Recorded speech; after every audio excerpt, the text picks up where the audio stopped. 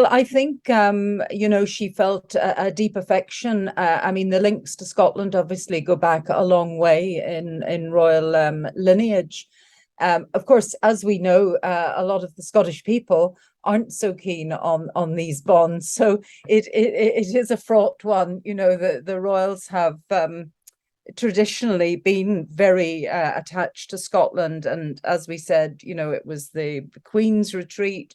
Prince Charles obviously loves it too. And his grandmother left him, a house on the estate, etc. So it has been, they have very close bonds with it.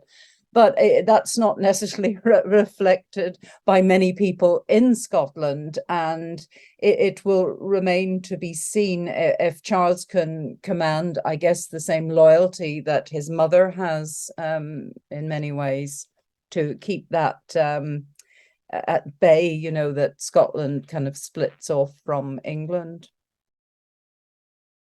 I think that'll be up for grabs, slightly in the longer term, because I think everything will be put on hold.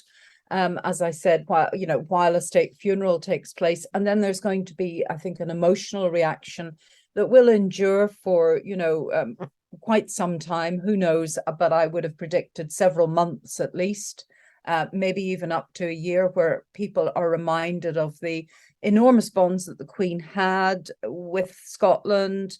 That she is going to lie in state in Edinburgh, of course, is a huge marker as well.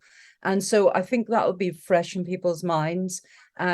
So there will be a honeymoon period for Charles, I think, where everybody, out of respect, but also their own kind of feelings, I think, will lay off the usual demands for independence, etc.